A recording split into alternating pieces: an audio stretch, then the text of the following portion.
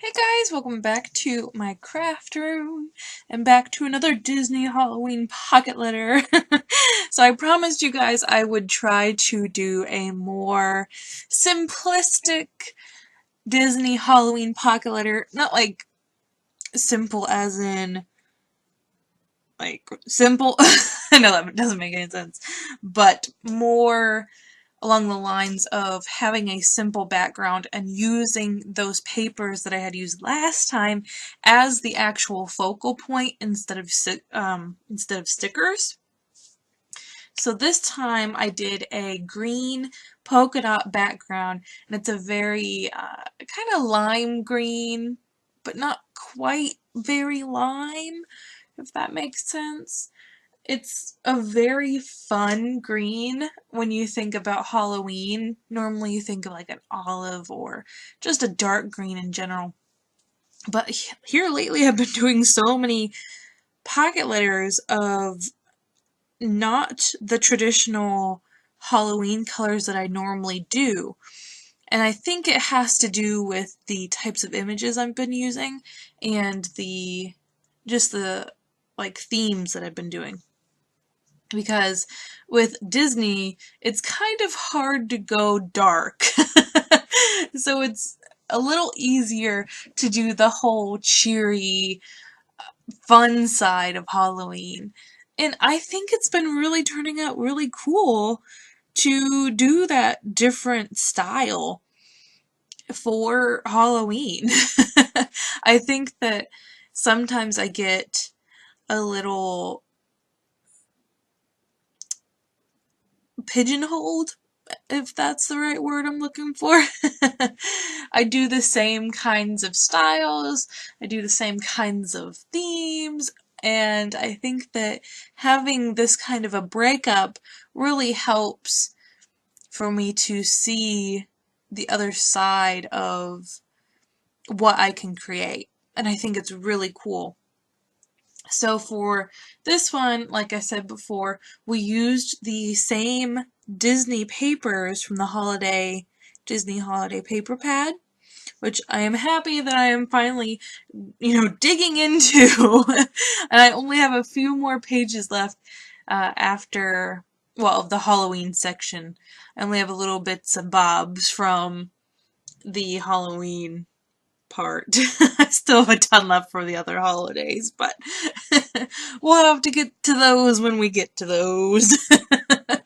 But I went ahead and just cut out the main focal points on these papers, like the Tinkerbell with the sentiment nearby. And I think it says, "Boo, I scared you," or "Did I scare you?" And also the little Minnie Mouse witch and the little bows that went around with it.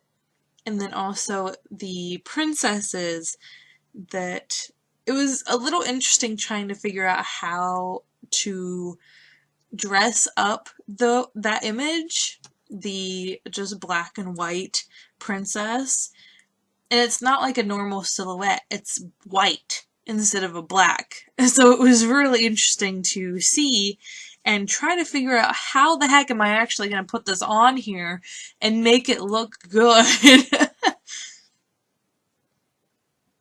So it was kind of a really big challenge, and I ended up using a lot of stickers to really enhance these images without it really overpowering them, because I still want the Disney image to be the focal point of each pocket of each insert. So I found some really great stickers that were glittery, that were really cutesy colors for Halloween. So like that bright purple. We did a few silvers. Everything just kind of worked well to keep it cohesive, yet not overpowering those images, which I really loved. And keeping it simple with not putting too much on there, because normally I would do ribbons on the sides or papers in between each layer, and keeping it just the stickers and then the whatever added embellishments I did, it really set me up to give a great outer appearance. It'll make more sense when we get to that part, but it really set it up nicely, which I do tend to really love doing the outside of the pockets more. I think it depends, because most of the time I have ribbons that go so well, and then like little like dimensional things that I don't really feel comfortable putting in the pockets, because I don't want my pockets to bow when they have a goodie in it. I know you can always put Scotch tape or even washi tape over it to help secure it, but with these front-loading pocket inserts or pocket pages, it's very, I don't know. I don't like the look of adding the Scotch tape or washi tape. So I think that is why I tend to do more dimensional on the outside. And I think I really like the look. I know some people don't prefer it, and it makes it a little harder to put it in your binders, but I love it. So, back to the pocket letter. As I'm, ranting. Not really ranting, but. So I used a lot of the papers and also a lot of stickers, and those jack-o'-lantern stickers. Oh my gosh, they really helped make it look so cool. They're like a kind of bright orange, and they were glittery. Lots of glitter on this pocket letter. But I feel like Disney is like the perfect time to use glitter. So on to the side, I used it's kind of like a rickrack. Yeah, I would say it's rickrack. And it's a black, orange, and white. So cool. And I used some red, not red, orange, my bad.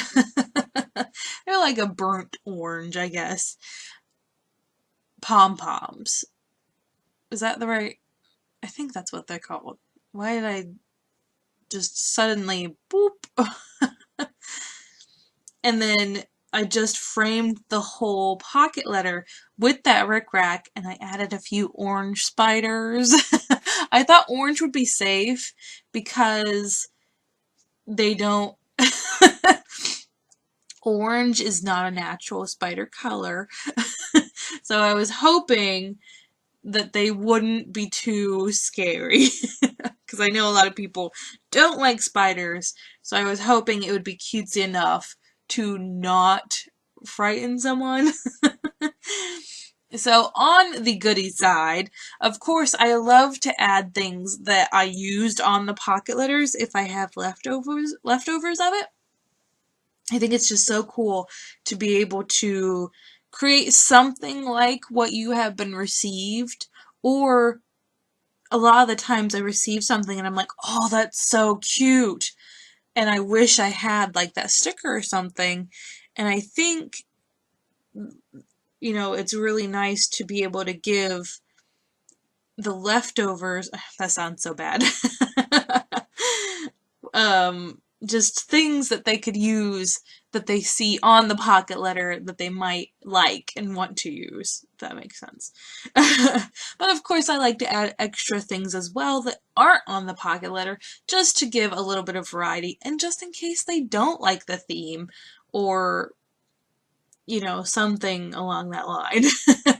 So I added some tea, I added some ribbon, I added paper pieces, I added cutouts, I added stickers, everything that would be good.